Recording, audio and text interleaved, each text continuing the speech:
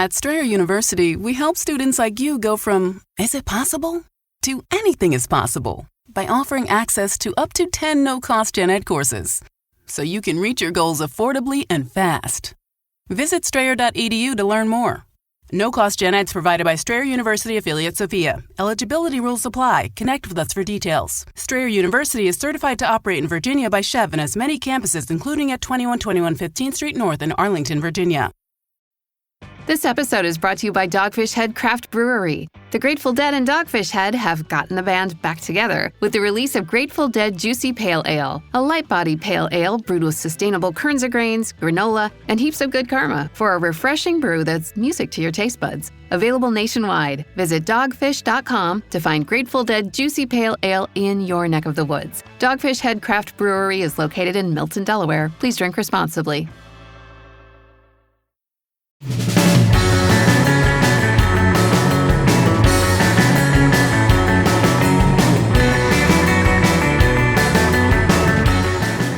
From an offensive perspective is get that reactionary thinking. I've seen this so many times. I know exactly what I need to do. You know, whether it's a receiver seeing a safety shell, whether it's a tailback seeing a linebacker, a hip 50 or a loose 30 or something along those lines where he knows how his run's going to adjust, or an offensive lineman just knowing, recognizing just how tight a guy might be playing versus how loose he's playing and how that block's going to change and how his aiming point has to change, etc.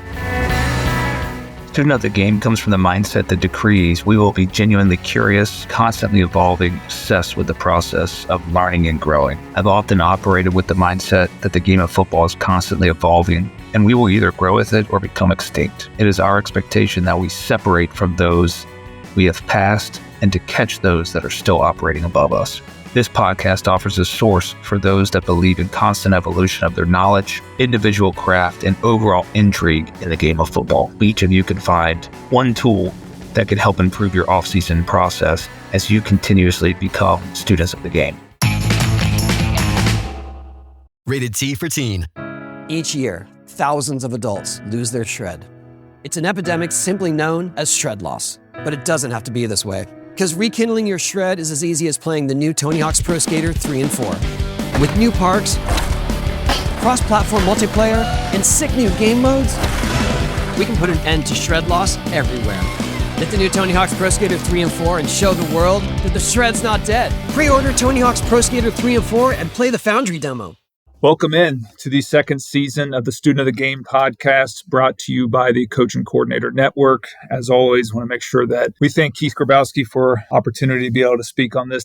Today's guest is someone that I feel like I've grown up in the profession with, someone that I've had a lot of these similar conversations with over the years, a guy that constantly is helping me with organization and how to do things better. But is this the guy that to me is the key piece of what it means to be a student of the game? He illustrates that no matter what his role, position is, and someone that just has a unique and passionate curiosity about the game. The guest today is none other than Ohio Wesleyan's offensive coordinator, Hayden Thomas. Hayden, how you doing, brother? I'm good. Appreciate you having me, man. Absolutely. We've done a bunch of these without recording them. Some of them we have recorded, I guess. Yeah, we do. Right. I've done a bunch of these different ones. I know along the way, we've kind of investigated the game from being new D3 coordinators when both of us were kind of in early years. We've cross-referenced clinics that we may be doing and passed them off on each other, but just kind of all along the way. And I don't even really remember, maybe you do, of how we actually met, but it felt like one of those connections that right away, both of us had similar interest in what we were looking for from a football perspective, but I mean, it's probably going on 6-8 years of knowing each other and chopping it up. But it's funny how these things turn from football into real life friendships. No doubt. I was thinking about that earlier this week of how I feel like I was just sitting in my parents' basement during COVID, spending hours upon hours together on Zoom as you kind of helped guide me through the initial phases I was taking, becoming a coordinator for the first time, working through all the intricacies and what not to worry about, what to worry about, where my focus needs to be, and appreciate it over the years. Or on a 2-week monthly basis of calling to check in. What are you doing? That's good. You got a solution for this, and bounce some stuff off each other. So it's been awesome. Yeah, it's been great. And the thing I always like to start these off with as to, why I chose a particular guest. Obviously, we've hit it off. We've become friends along the way. But the essence of the podcast is just people that are continuously trying to work on their craft. And both of us coming up from kind of the D3 scene where on a national level, the stuff that we're doing or the places that we're at aren't necessarily going to get that notoriety. But all throughout the way from when you were a rookie OC to became veteran and developing some top 10 passing offenses at a place that's not easy to have great offense at. I always got my respect from you, but you never stopped working. I don't think you ever let a situation, positive or negative, dictate the work that you were going to put in. The study practices and habits were always there. And like you said, we pretty much got it down to a routine where there's always a check-in from us. Anytime we have a question, it's like, hey, what does Hayden think? Let's bounce it off of each other. Let's see if we can come up with the best solution. I know about a month ago, we checked in on some of the topics we'll talk about today, just how is it being a coordinator in a new spot and implementing in the pros and cons and the things that we had to go through. And that was obviously a great conversation. So we'll put that on tape for everybody to hear. But let's start with this.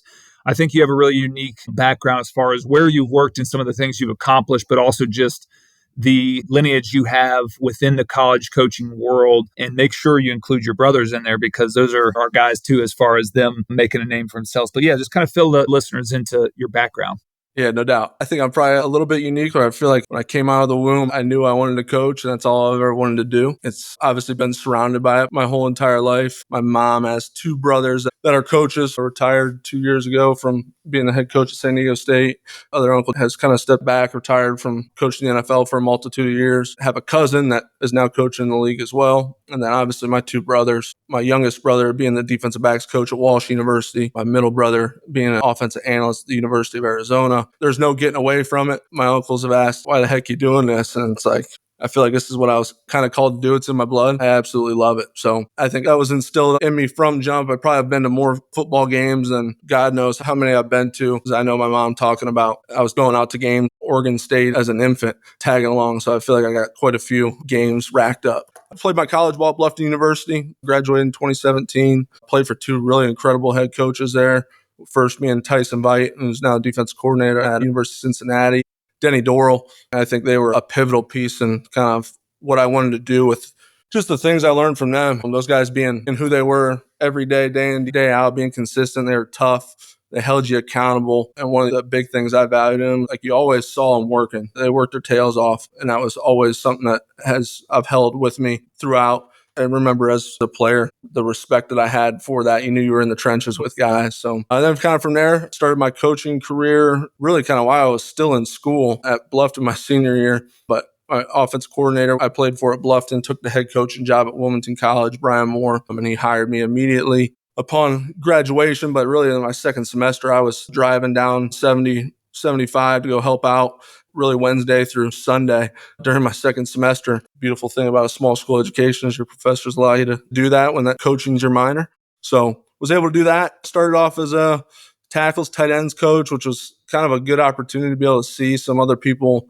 do it, see how they ran their rooms. I think sometimes when you just get thrown into the fire as a 21-year-old, 22-year-old and say, hey, figure it out, you got to run this room, I think it's tough. So I think I really benefited from that experience. And then really went my next season, I was tailbacks and H-backs, and then finally took the quarterbacks over and did that for a year, quarterbacks and tight ends. And then my last 4 seasons there, served as the offensive coordinator, was the assistant head coach by my last year. Never would have probably thought I was going to be there for 7 years, but really a valuable time. Maybe when you don't always have the cream of the crop from a player standpoint, just finding a way to get it done. I feel by 2023, our last season, we were really mastering kind of what we were doing. And then last season, I served as the offensive line coach, co-offensive coordinator down at Thomas More University, Division II in Northern Kentucky, which was awesome for me. I'm an offensive line guy deep down. That's where I love to be. So it was awesome to actually be able to get in that room and run it and be around those guys on a regular basis. But it was cool to kind of see the different, really how the front end, how hard it is to work with your skill players and whatnot and from a coordinator standpoint and making sure you're seeing everything you see, because when you're watching 5 guys, it's a lot. So really invaluable experience. And then in January, accepted the job as the offensive coordinator here at Ohio Wesleyan, working for head coach Tom Watts. Has been incredible, a really good experience and a really great place. So Yeah, excited for that. And we're going to kind of dive into some of those details about this spring. But one of the areas, and we kind of mentioned it, but just outlining, I think it's really, you grew up in the coaching world, and obviously we get exposed to a lot of guys that have good work ethics. But I always think it's really interesting how people are acquiring and accumulating knowledge along the way. There's a bunch of different ways to do it. I know a lot of guys kind of downplay it as that's just what you're supposed to do in the coaching realm. But both you and I know that there's always interesting ways to do it. Not every levels within any industry of how well someone does that. But I always valued how you're accumulating knowledge. You're forever curious about what's out there and how can it give you an edge. Can you just talk to us a little bit about that process and kind of on the come up when I really met you and really built a ton of respect for you, just what your process was and kind of some of the things that you would do along the way to just gather as much knowledge as you possibly could? Yeah, I think honestly, my most beneficial period of growth and the time where I felt like I learned the absolute most was during that COVID time, the shutdown time, which was right when I was transitioning into being a coordinator. Just being able to take 3 to 4 months cooped up in the basement of my parents' house, both my brothers' home, which was awesome. And between the three of us, I feel like we have a pretty good amount of resources built up, things that we've gathered throughout the years or people we know that were willing and eager to reach out to and contact and ask questions and have some great relationships in that regards. But like that period of time was awesome because we were able to gather a bunch of information, but really we had the time where you could really sit down, digest and process everything that we were kind of taking in and find a way to work it into what you want to do and how you want to present something, et cetera. That piece has been awesome. I think the bookmarks tool on Twitter that they've added has been a huge bonus. Whether it's something, that message that I want our offensive unit to hear on a specific day, I can store it in there and it's organized, or it's a presentation of a scheme, or it's a drill, or it's a technique, or even just a clip of someone catching a fade ball with perfect technique all the way through and be able to stash that away, get it uploaded into Huddle and show our guys. I think it's such a powerful and beneficial piece. That's a big tool for us, and obviously have a pretty big storage of whether it's playbooks or drill tapes that I like to gather through the years. And this summer is a great time to be able to take the time to dig through those and find stuff that's going to be beneficial for our guys to be able to help them execute it at the highest level possible. Yeah, I think another reason why we connect so well, it's our processes, as we talked about off air, our yin and yang, right? You're hyper organized. I always thought that was really impressive. The one time I came up and sat in your office at Wilmington for a day, I just remember it was really hot outside and we were in there and you're showing me the different layers to your organization, like you said, from playbooks to scheme to teaching. I won't mention who it was, but I just remember we nerded out to watching a Division I program install whatever the heck it was. And you and I were just kids in a candy store. And that's kind of when I knew, what you were all about, probably on the inverse, kind of the same thing you're doing with me, where it's like we're sitting there just listening to coach's coach, right?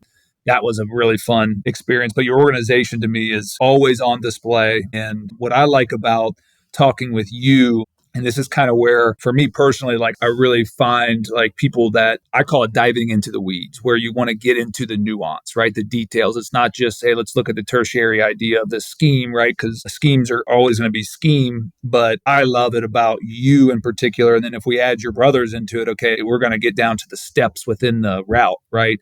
But just your intrigue and understanding everything about something. And that's what has benefited me along the way. Yeah, for sure. I think some of the stuff that stems from me too is like, I'm never going to teach it or present it to our players if I don't know every gosh dang detail that goes into it. I probably got my first year being a coordinator, I probably got burned on that.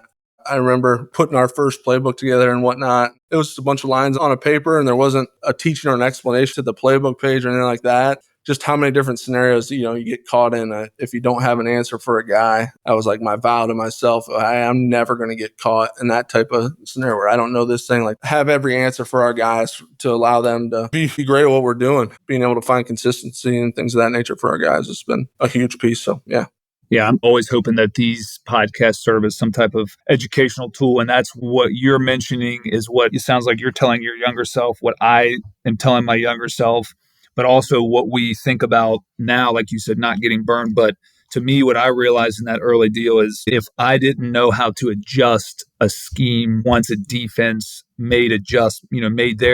changed how they wanted to defend it, I was in the same position as a first year coordinator. I think that's an invaluable lesson that on the front end, you can't predict everything, but you want to try to predict it. And I think that's what drives both of our off seasons now is trying to make things bulletproof, trying to provide not only ourselves, but our staff and the players with the answers before they're presented to us. So that way, when it does occur in the fire, whether it's a spring ball, a training camp, or in the season, that we're already thinking about these things, or it's less of a shock like, oh my gosh, they took it away. Well, yes, this is and it's kind of what you asked off air, like, hey, what are some of the if this, then that scenarios? And I think that's a lot of what people are intrigued about.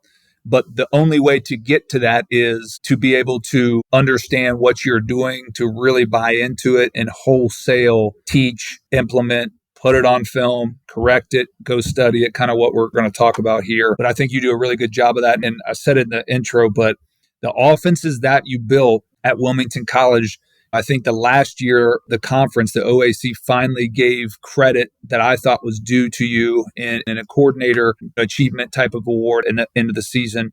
And I thought that that was the accumulation of you put together offenses that fit personnel and were always aggressive. They were productive. I think you challenged the top end of that league, which is a very difficult league when you were operating from a program that was not at the top end of the league. And I know you know that, but I mean, definitely want to give credit where credit's due. You built some really legitimate offenses at a place that this is not producing offenses like that. So Appreciate that. With that said, let's kind of tell people, because I really like the way you go about it, but let's talk about your offensive philosophy. I think it's a great way for people to kind of hear into your process, but also this is going to be kind of the overall output of this accumulation of knowledge. So talk to us just about your offensive philosophy and kind of how you see and what you see is important in building in a productive offense. Yeah, I think like the three big things kind of always start with just our pillars of just being simplistic, committing to what we do, and the execution that is required. Those are the three things that as coaches we're constantly circling back to, but making sure our players understand it. We talk about our simplicity that we try to have is at the end of the day, I want our guys playing reactionary football. And I always use the analogy for our guys. I'll ask, when you get done using the bathroom, what do you do? Most of them don't even realize, but they flush the toilet, right? And that's a reactionary thing that you just do. You don't think about it because you've done it so many times, right? And that's essentially the same thing we're trying to do from an offensive perspective is get that reactionary thinking. I've seen this so many times. I've done this so many times. I know exactly what I need to do. You know, whether it's a receiver seeing a safety show, whether it's a tailback seeing a linebacker in a hip 50 or a loose 30 or something along those lines where he knows how his run's going to adjust, or an offensive lineman just knowing, recognizing just how tight a guy might be playing versus how loose he's playing and how that block's going to change and how his aiming point has to change, et cetera. Committing to what we do, we're going to do what we do. And our advantage is in the details and knowing our stuff like the back of our hand and getting those guys to really buy into the fact that we just want to be better at what we do than they are what they do at the end of the day. And then the execution piece, like our guys got to have to be able to grasp that at the end of the day, there's no secret offense out there. We're all doing the same things in the grand scheme of it all, and understand that our scheme is really going to be secondary to how we play, and how we play is our edge. And it's our confidence we play with. It's our love that we have for each other. It's the physicality, the violence, the nasty that we play with, the urgency we have, and the relationships that we've built are big pieces of it. And then kind of working into a schematic piece of it. The first thing I learned as a young coach was the players' formations plays from Coach Karras. That's a critical piece, and that's what will always begin. Who we have in-house from a personnel standpoint, what they do best, then go about to the next piece being our formations, our presentations that we're going to use, followed by the scheme that we want to run within that, with the plays that match the personnel and the presentations. Our pace of play is a big portion of what we do. Our tempo is not just a tool within our system. It's our identity. It's part of our DNA.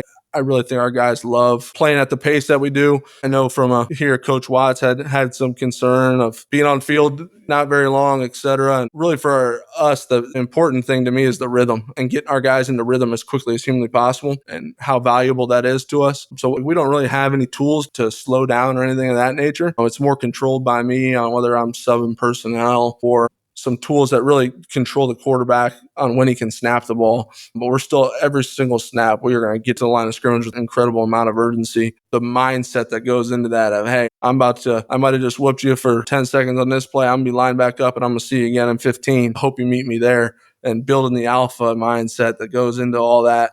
And those things, to me, are more valuable to our system than any of the scheme is in the grand scheme of it all. when you do start talking about plays and whatnot, we're on the exact same mindset you talk about all the time. Less plays, more ways. We're not going to carry a large volume, and we're really going to put an emphasis on the repetition how we get to those plays and our ability to execute them against anything we could possibly see or anything that we're going to get within a week.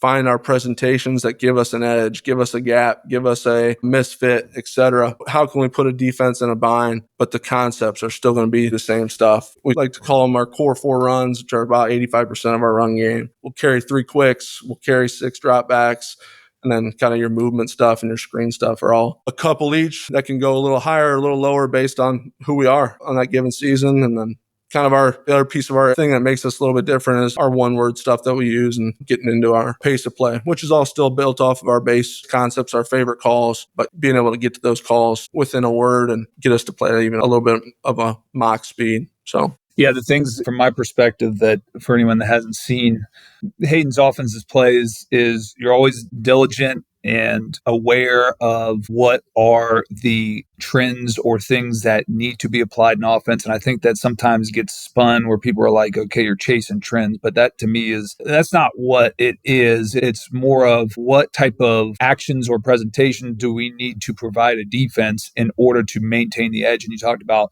pace of play. I thought you guys did a great job with pace of play, the one words. You certainly highlighted players. You had some quarterbacks and receiver production that was wildly impressive at Wilmington, but it was always whenever you would send cut-ups, I thought you did a great job of what I call formation distortion, where you would always have presentation pieces that made the defense react to you. I think the pace of play is its own formation distortion for the defense. But then on top of that, you would apply splits internally and externally, the stacks, the bunches, you would wide split people. And then I thought you did a really nice job of applying some of I think both of us kind of went through the air raid, that track, and then to me worked it in towards probably some more of the run and shoot stuff. I thought you did a really nice job at that. And even though I would say that the most advantageous piece of your offense would be the passing game, you guys always were able to run it. You guys were playing personnel in the boxes in the OAC. I mean, it's easy to not be at the top of that with some of the competition in there,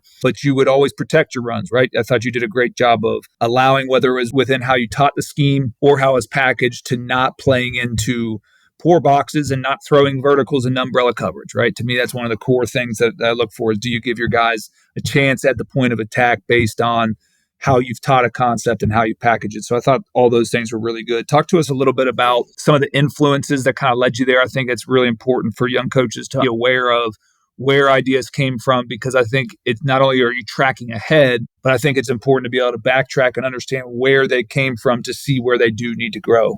Yeah, I would go back to the last point of like a lot of our pace of play stuff that we were doing and the presentation stuff and the chaos that we're really trying to impose on a defense. A lot of that was to try to level the playing field in times where we may not have the Jimmys and Joes that match up. How can we go find our edge and find a way to level that playing field to allow us to have success? That was always a big piece of it when we were in the OAC. It'll be kind of interesting to see how we have to go about to find that edge where maybe we are from a Jimmy and Joe standpoint in a little bit better place here at Ohio Wesleyan and NCAC. But where is our edge going to be? And I think that's kind of the exciting part about moving forward. From who we picked at, kind of put things together from an influence standpoint, my middle brother Quinn and I went out to USC for a couple of days when Graham Harrell was out there, which was incredibly beneficial period of time. He spent a bunch of time with us and answered a lot of questions. As you know, 2 days isn't enough to have the grasp that you need to have on a whole system. So that was like a piece of us. Went out to San Diego State when my uncle was the head coach there, and it was a completely different type of offense, but I still always felt like I was able to pull some stuff that could be of value to us. I remember sitting out there after a spring practice one day, and North Turner was sitting in the office, and just being able to sit with him and watch practice with their offense coordinator, North Turner, and hear some of the stories and some of the ways, that he had to coach Cam Newton to get him to throw the deep ball and tough types of throws to the quarterbacks, things of that nature. Someone as wise as him with so much knowledge was extremely beneficial. Spent a lot of time watching clinics. I've never been afraid to send an email to somebody to ask a question. I've gotten on the phone with a lot of people. One of my favorites of all time was sending an email to Mac Leftwich, offense coordinator now at Texas Tech, and for him to give me a phone call back and be able to talk for an hour with him and shoot him questions and get some answers to stuff was extremely beneficial. I mean, obviously all of our time that we spent together on Zoom calls, phone calls, etc., visiting each other at our respective spots to sit down and talk ball and work through some things, or just teach each other something that we think it was successful for us within our systems. And then honestly, I thought the staff that I had at Wilmington College, my last 2 to 3 years there, my offensive line coach is Lucas Skibba, who's now the offense coordinator, Rose Holman, my receiver coach, Brandon Farley, who's still there at Wilmington College. But we loved our time really together. We're 3 guys under 30 years old, under 28 years old, that I'm sure a lot of people didn't think much of. And we kind of just hunkered down together and we said, we're going to figure this thing out. We're going to make the tweaks and adjustments and that we need to make along the way. And I thought we did a really nice job working together to put it in, put the system into what we ended up being essentially. And everyone, all 3 of us, had the ownership in it. Everyone felt invested. We all loved what we did, which I think is a huge piece of it that we're trying to get done here as well, is make sure our guys my staff now is able to pour into the system the way that we did in 20 through 23, give ownership to those guys and make them feel as if the system is theirs just as much as it is mine. So, and then again, I love looking at playbooks and just peeking through other people's stuff. Not that we're going through and we're stealing schemes. That's not what I'm into. It's more, I'm into the communication process, the way people organize things, what their verbiage is within their teaching, which was a huge thing of value to us. So I would say those are really the key influences when it comes to building the system. Yeah, I think the takeaways here for things I'd want to really highlight for the listeners. I remember the notes when you came back from USC. I mean, heck, we still call home based on what you taught us from that. It's become pretty important in what we do. But on top of that, like you said, when you're looking through whether it was a film clip or a playbook, what I appreciate about you is it's all about the teaching and how can you make what you are doing better from the influences you're taking from other people, right? Like you said, there's value in visiting D1 spring practices. It's just a cool experience. But to me and you, I think what intrigues is like, I want to hear the coaches. Like, how do they talk? How do they talk to guys in a drill, in a transitional part, in the film room, when the coaches are talking to each other in the staff room and learning what it looks like, what it means to be professional, just the level of football acumen they have, but really it's all how they can communicate it. That's what I've noticed along. I think that's huge. And one thing I want to make sure that I say before I forget it is even with the coaching tree and lineage that is in your blood, what I really like about your journey that you're currently still writing is you're self-made. You've never been given a handout. You've taken jobs that, I remember every once in a while I'd have to talk you off the ledge. A dub seat. It's going to be all right. Just keep going. And you built your own deal, not only from like what you were producing on the field, but you built your own systems. You built your own confidence. And I think the value of working in small college football is you get exposed to the collegiate element of it, which is obviously what drives us. But you have to be very resourceful. And high school coaches will know what we're talking about with that. But I think that because on top of that, you're leading in recruiting and you're doing all these other things on top of that. But that's what I really, you're definitely a self-made dude from the way that what you run, how you run it, the way you communicate, but the knowledge base. And I think sometimes people will get a misinterpretation of, okay, he's a college guy, but like small college guys are building in the same way that most high schools are operating, with just more limited resources compared to the higher operating programs at that level. So definitely one of the things I respect about you. The thing that we've had this conversation, but we want to put it on air. The thing I'm most, from my perspective, interested in hearing about is year one implementation of a system, right? You're at a new place. You've run the system at a prior place. The way that college football is trending and really it's starting to get at a high school level. Obviously, the players have more ability to change. So you're probably coaching guys, you're trying to get them to be able to operate a scheme at a quicker pace. But I think even at the high school level, you and I are kind of on the odd end where we were at a place for as long as we were. Like that's not really that common. So I think that it's a valuable skill to have. It's for both of us the first time we had to do it. So let's talk about how it went, but more importantly, the things that you learned, the things that you became aware of, things that you now know are critically important into that process, because there's going to be a lot of people listening that are in the same stage or same operating procedure that you and I are in. Yeah, I think the process of starting from scratch, like, is a great reminder to me how much I love putting the pieces of the puzzle together, figuring out who you got, what they do best, what our abilities are, what our limitations are, and then knowing that, how we're going to score a bunch of points. That part has been really enjoyable this spring, with it being the first time I'd kind of redone this in 5 years, starting from scratch. So one of the big things for me, I think, was just making a reminder to myself, our guys know nothing. You have to assume that going into it and have to coach them with that mindset so you don't leave any details or any stone unturned. Some of the things that I thought that I made sure we made an emphasis on throughout the spring from the jump, just the little things that some people do take for granted. We need to have our playbooks at every meeting that we're in. We need to have a notebook. We need to have a pen. How our sidelines should look during a team period, and the attention and the focus and the thing that we do from an operations standpoint, how we handle walkthroughs, the detail that we need to have in on the focus, how to steal a rep, those types of things. Even when getting on field into the drill stuff, like our pat and go period, what that thing should look like. It's not a warm up. It is one of our most intensely coached periods where we demand the execution and all the details, and we're going to coach that thing hard as all get out, which was certainly probably an eye opener for our guys. You have to start with that stuff before you get to anything else. Other piece of just like, you get what you emphasize. For us, our emphasis was our operation and teaching our guys the edge that we need to play with in order to have success. And yeah, that might get a little exhausting from a coach standpoint when you're not talking about an execution, where you're not getting the execution that you're wanting to get. But you got to be patient. You got to show your guys the good, the bad, the ugly. You got to celebrate the good, most importantly, I think. Really, then at the end of the day, like the why behind everything that we do will always reign supreme. That in this system, it's the most valuable piece. And really, until you can get your guys to fully grasp the why of everything, we're going to continue to have work to do, which is an exciting piece. So, biggest takeaways from that standpoint. Yeah, I think, no, that's really good because, even when you're mentioning procedural things, that's something I noticed in my experience where obviously you're stepping into a program with a head coach that's been there, has done really good things, and very similar to the program that I stepped into where they've had success. I think I personally assumed some of the procedural things, maybe the mentality, because I know that that's what I spent a lot of time with talking about, the vision of what we're going to do, like you said, the why we're going to do it, and then illustrating on a daily basis, even when I didn't want to focus on that of how are we going to get this done? What does it look like? And the beautiful thing about spring is you can coach that. What I've always said is you can coach that in reps that you're not going to have a result at the end of the spring, right? You can focus on that. And I think that that's a critical piece I have to remind myself of that is there is not a result, right? And what you're talking about is building that foundational layer.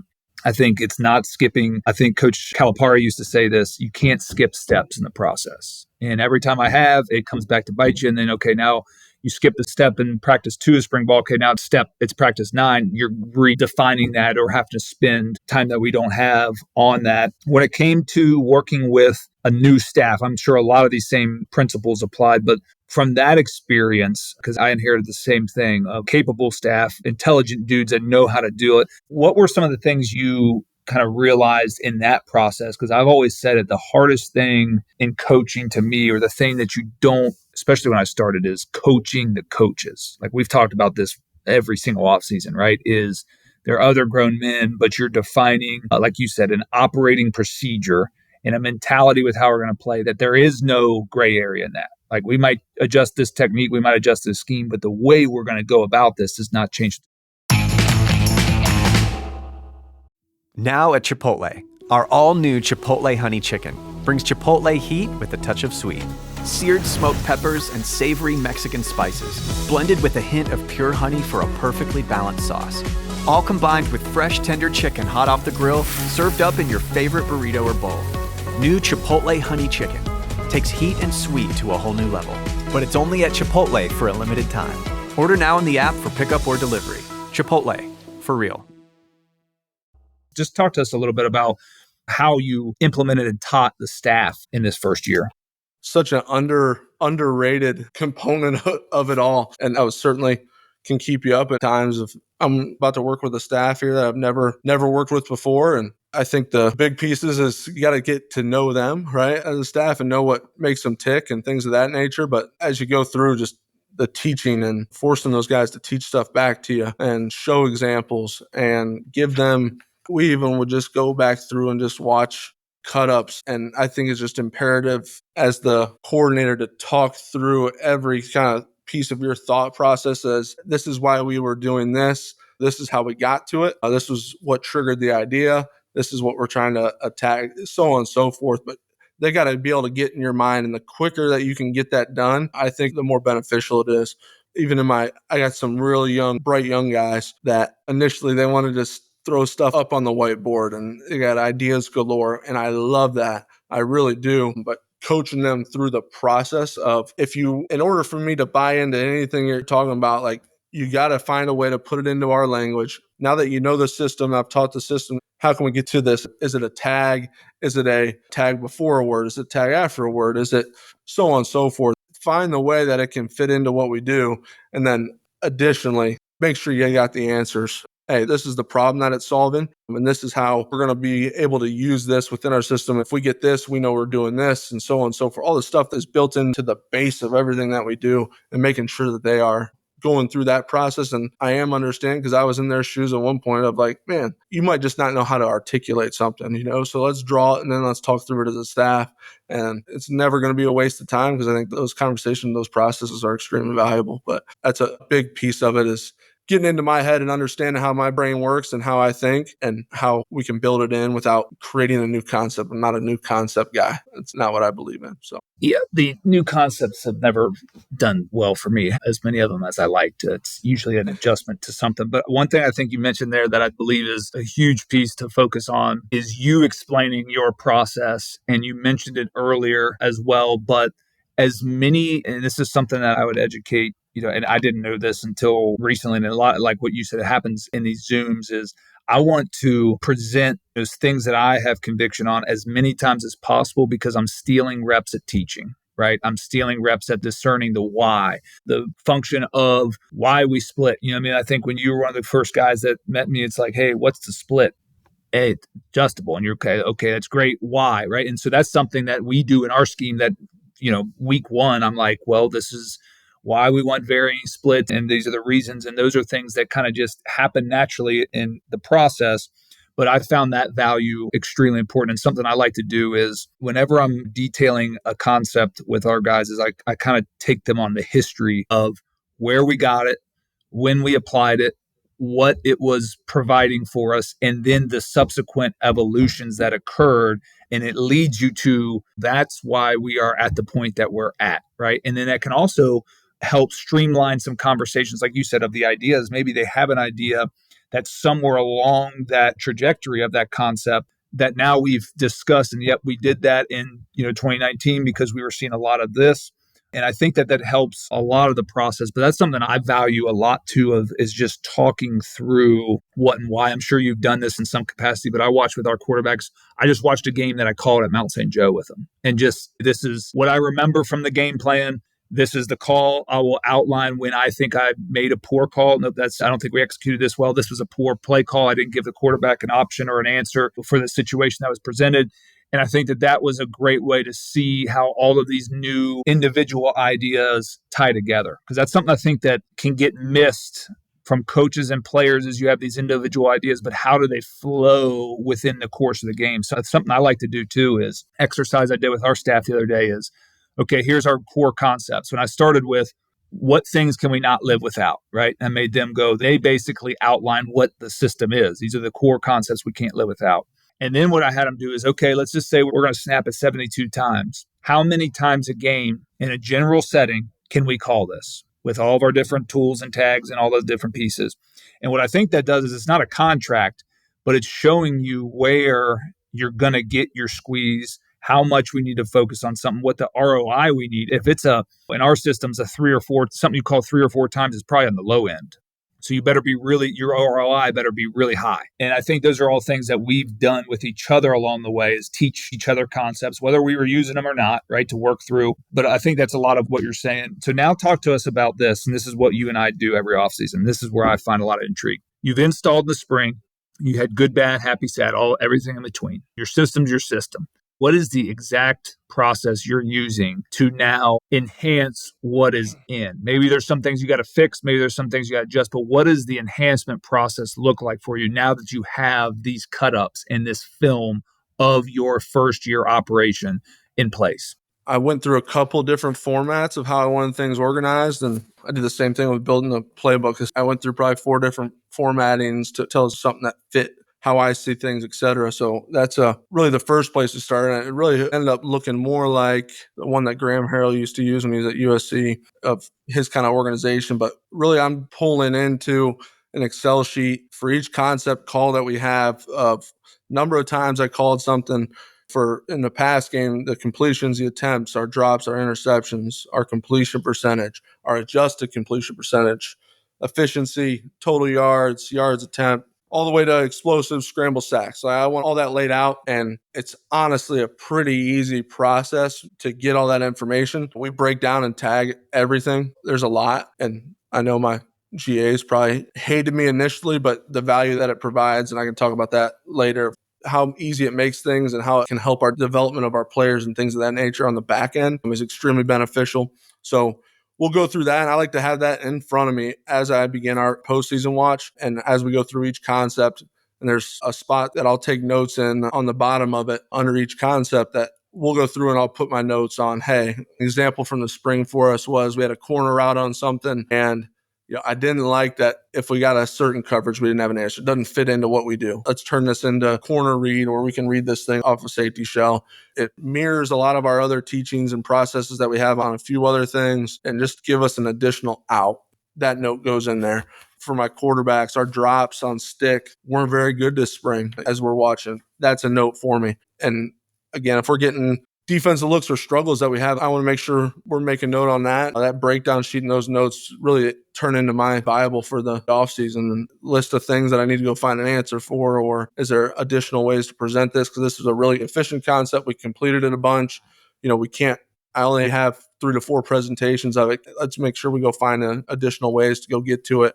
Or, hey, I need to make sure I find a counter to something to protect it if it's something that we're good at that maybe we haven't been good at in the past. And, we were really good with it this spring. What's the other layer of this? Even if it's just referencing back to something that I've done in the past that maybe we didn't do this spring. Hey, I need to get to this. So that piece is how we kind of start everything. And really from there, we're going to roll through from a scheme standpoint. We do player rankings too. I'm a huge proponent of those. I know my uncle, when he was at San Diego State and whatnot, he was big on those, and they've paid a lot of value to us just from an evaluation of players. But I found it's a really good reminder of when you look at it, when you look at your targets, a receiver's targets throughout the spring, did they match our rankings and how we feel about this guy? And that's good evaluation for me as the coordinator. Am I getting this guy the proper amount of touches? Or a guy that maybe has a bunch of drops and a lot of targets and he's not high on a rating sheet? Well, we better figure out, a guy that needs to get in there, and do we have an additional answer to that? But we'll do those prior to camp. We'll do it again in the middle of camp, at the end of camp, and then try to do it in the middle of the season during a bye week,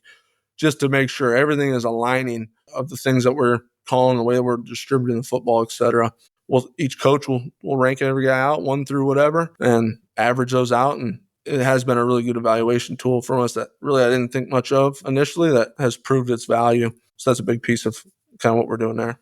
Yeah, we actually did a really nice version of that this year that I found the value. I think a lot of stuff that for me at Mount St. Joe kind of was naturally occurring because of the length that was there and the retention that we were having, that we were doing them, but not in a formatted standpoint. So we did that. That was extremely valuable. Something else that we did in that vein is when we did our post-spring exit meetings with our players, we did it where our entire offensive staff was present. And now that is time consuming, but the things I wanted to accomplish with that is I wanted the players to hear the coordinator perspective.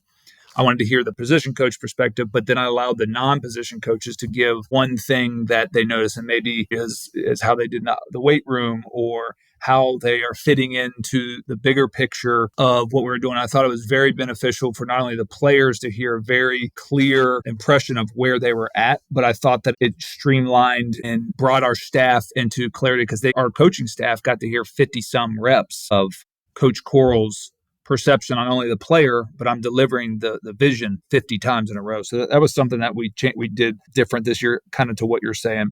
Let's have a couple quick hitters. These are questions I love hearing about. When it comes to being in year one, you're not really going to know this for this particular situation until probably next year. But on a general basis, year to year, how much are you changing in your system? How much is carryover? And then how much of the carryover is adjusted for whatever reason? the whole principle of the evolution. If we're not evolving, shame on us. It's an integral piece to everything that we do. Been times certainly where as we're going through things, I'm not calling it enough and I don't believe in it anymore, or, struggling for our players to believe it.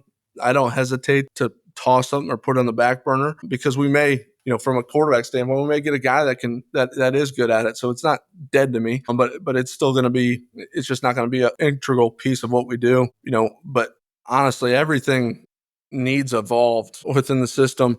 And it could be the most minute thing of just a different way to different verbiage on a concept on how we're teaching it, or a slight tweak to a rule, or, hey, we want to convert this route against press cloud, etc. Something along those lines we'll build in.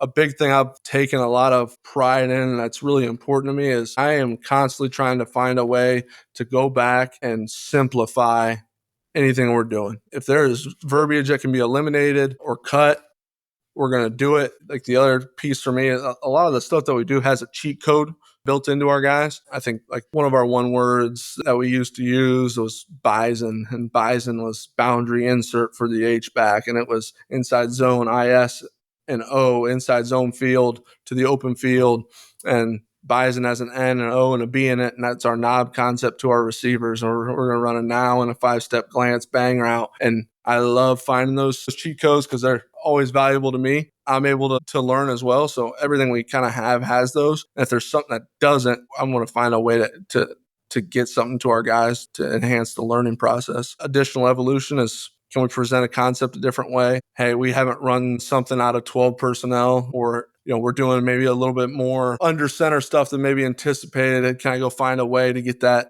a concept taught from an under center standpoint? Or like for us this spring was running counter from under center. Had never done it, found the resources to learn how I wanted to get it taught, what action we wanted to use, watch the tape, and that was an easy evolution of, we're running counter everywhere else, why can't we run it from under? And then the last thing of like our layers. Is there a layer that we can add to a concept? Is there a way we can go about protecting it? And our snag concept is like one of my favorite evolutions we kind of have, is the how we can tag it to get a corner post, how we can off the corner out, how we can tag it to get a double move off our hunt route to get the stop and go action off of it. How can we get a dig to it? Can we get a chase action by the back, et cetera? There's a bunch of different layers that we've built to it, but it's one that I feel really protected on, that we can call it 10 to 12 times throughout a game, and it can look a bunch of different ways, and we're not going to let anyone sit on it. So that would be our big things of kind of evolution that we kind of go through. What I hear is spot on to my mentality, but I think it's great for, like we're talking about, educating the staff. Is even in your notes, it's the focus on internal evolution may come from an external resource, but it's all about how do we enhance and how do we layer our existing concepts, right? Because those concepts, especially with the amount of reps you have at them now, are well built, but you're looking for problem solving. And to me, that's where true evolution comes from, is understanding how to continuously build on top of an existing concept, which now you may solve an idea that someone has of, hey, we want to attack this space. Okay, well, we want to attack this space in cover 2. You probably got some form of a snag and go that you're going to get yourself into that hole instead of having to add this new deal. It's coming off of that. And I think that's how you achieve the less plays, more ways. But to me, that's, somebody asked me about what's the difference between systems and plays. And to me, it's how all the things are tied together, which we just kind of talked about, how within the course of a game, how are they all packaged together? But to me, it's within one scheme, how many problems can you solve within that scheme? And I never knew that until having to do this long enough, where you're like, I need answers within this concept. And I think that that's just an awesome piece of advice, and it's an awesome practice to carry, that we see the game very similarly. I want to hit you with 2 more quick ones that I'm always interested in. You're doing this. I love the the breakdown and charting of the concepts, to then detail coaching and technique, and then what layers need to be applied. How much now, as you're trying to problem solve, are you studying yourself versus other film out there in this part of the process? I would probably say, as of like 2023, we probably spend more time studying ourselves, which I think has been a big help. we got more to the point where really we feel good about where we are from a schematic standpoint. Again, not that we're not going to continue to find different ways, see what people are doing, et cetera. We're going to take the time to do that. But like our, postseason stuff, we're spending a lot of time on us, find our technique issues, identify them. What drills can we help fix these issues? Do our research to find those drills that maybe we don't have something that's able to address that issue. We got to create something or find someone that is doing something that would help us correct. We're big on, again, like my quarterbacks, like they have a cut up of all their plays they had from the spring, which really allows us to break down each player's completion percentage in our quick game, our drop back, RPO, situationally, et cetera. And also being able to just pull their routes thrown and lump those together to see an easy way to say, hey, this guy struggles to throw the deep ball. This guy struggles to throw an in-breaking route. This guy struggles to throw out-breaking routes, across field routes, et cetera, different types of throws, and give them a really good development plan for the offseason, which I think has been really beneficial. Even having free receivers, every target they've had, and, do we have catch mechanic issues? Do we have getting out of break issues? Do we have so on and so forth, and going through those things? The other thing I really like is each position has their separate huddle columns they use, where for my guys, we have a quarterback notes section where I can punch stuff in, a technique column, which ends up by putting a buzzword in there of whether it was a technique that was used or a technique that needs to be used, and then a drill column that references, hey, this is something that we've drilled. So when I'm making a drill tape or making a teach tape for those quarterbacks, it's easy to find and locate stuff, those things. And then also a defensive look to help be able to reference just when you're going back. It's, I think, really beneficial to have that stuff. So that's been a huge piece. In the summer and the winter, those are really times where we're going to look at our scheme stuff outside of who we are, what we do. And that can include, we've been lucky enough to have some access to PFF to be able to go through and see people run concepts that we run and look at those different presentations they use and how they go put people in conflict. An activity we do with our staff, pick out 8 different teams that I want to study and basically just give each guy 2 teams of all 22 film, have them cut it up. And really we'll come back and I want those guys to present to our staff stuff that they saw that had value, whether it's a gadget play, whether it's operations in a situation. It could be just seeing their ball mechanics on rolling film and being able to use a clip like that to coach our guys so our players see it. So it could be a variety of things, red area stuff, third down stuff. For us this summer, I'm getting big into our openers. I want to do some opener study and find some different ways people are running their openers and stuff they're using. That's kind of where I've trended to since really 2023, where prior to we were looking for more scheme stuff and no doubt. And things of that nature. Yeah. I think that's huge for, it's why I asked the question, because I always like to make sure, I'm understanding how other people do it, but I like the idea of looking for other ways to present a play that's getting to your layers. I liked when you talked about the internal reflection of each position group has their own huddle columns. I think that's very unique and allows you to look at the reps in multiple different ways. So you're looking at it from a technique perspective, you're looking at a potential production perspective, and then you're looking at it from defensive reaction or, how we need to attack or process. That's really good. Last thing, and this, I think you get this when you're installing in a new place, but I think it's the line we all have to walk.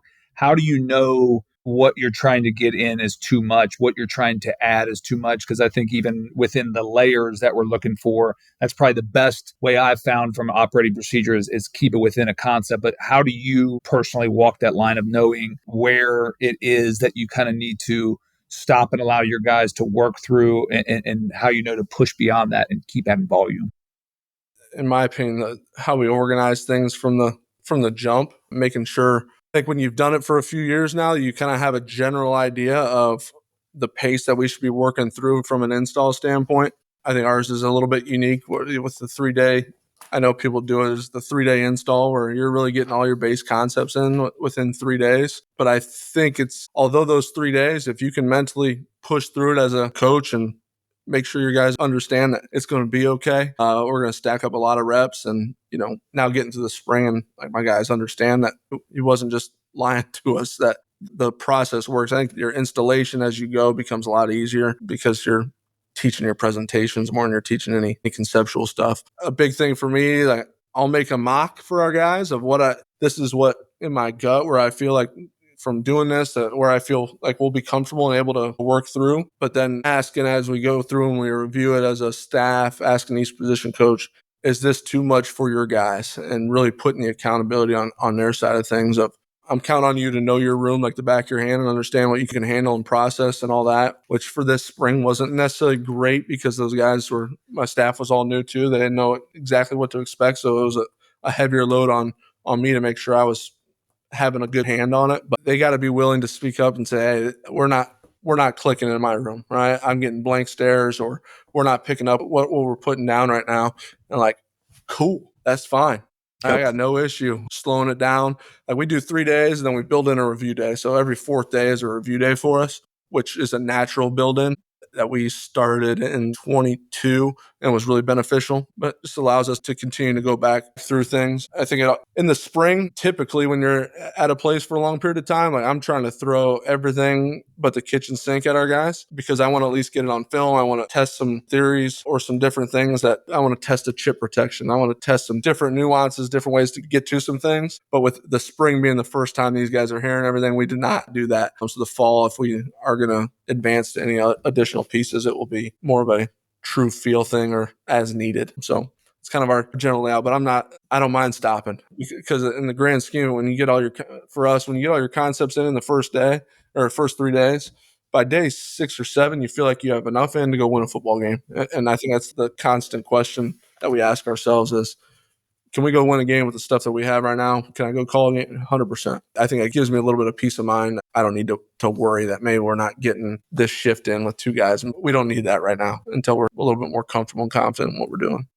I think it's a great barometer of, especially in a training camp, is can we win a football game? Can we win a first couple of weeks? That's kind of how we do it differently, but it's kind of how I pitch our first install, which is our first install is layered in 2 pieces. But it's like, hey, we should be able to win in week 1 with this install, right? Everything is going to build off of it and all that good stuff. But that's what we kind of talk to our guys about. And, I think that I'm with you. I'm not afraid to stop. I used to be afraid of not having enough stuff, but I kind of found that this spring of just knowing, hey, let's stop and let's marinate in this for a little bit. How many different ways can we run this and educate our guys on a conceptual piece rather than just an individual snap? Hey, this is one way to run this play. Let's talk about how we can extend this out. We're going to get enough squeeze from one concept to last us 10, hopefully more football games. But, with that said, man, I obviously love talking to you, and want to reiterate, I think you've done a great job you're a self-made coach. You obviously have great resources, but you've built yourself into the coach you are today. I know you're extremely hungry with a new opportunity to continue evolving, but the essence of this podcast is all about how do we continuously learn. I think you're one of the greatest examples of people I've met in the business of always trying to learn and find the best possible way to do something. You're very open to sharing. So I know that there's a lot of coaches out there, like you're a great resource to have and communicate with. You're in a hotbed of high school football. So there's people up there that I'm sure would love to hear from you. But lastly, we appreciate you taking the time. You are a new father, right? Yeah. You barely slept last night. You're in the middle of the first year of installation, but congratulations on that and that next step of life. But as always, really appreciate everything that you do and how you go about your business, and love talking to you. And we're just excited we got to do this in an official manner on a podcast. No doubt. Man, I appreciate you having me. That's been an integral piece of my development, and love that we've been able to build a friendship. And, I appreciate your mentorship that you've given to me. So you're a big piece into where I am today, and excited to kind of keep picking through. Thank you. Thank you again for listening to the Coach and Coordinator podcast. As you've noticed, we now have a series of podcasts on the Coach and Coordinator Network. We're really excited about this series approach and what each different host brings to us. Plus, we have some roundtables, which essentially are hostless podcasts, starting with Think Tank. We recorded that first Think Tank with Dan Gonzalez, Dub Maddox, and Josh Herring, and I'll tell you, it was so detailed and so good in what they put into it. I know you're going to enjoy that series as well as all the other series we have on the Coach and Coordinator Network. Be sure to follow all of our sponsors currently, that Signature Championship Rings, Modern Football Technology, and Titan GPS. check out our 10% toolkit, where we highlight all of our partners and what they have available to you, as well as some special offers. The link to that is in the show notes. Check out our enhanced show notes at coachandcoordinator.com. We'll be adding content that works better on video or as a download. And follow us on X at Coach K Grabowski.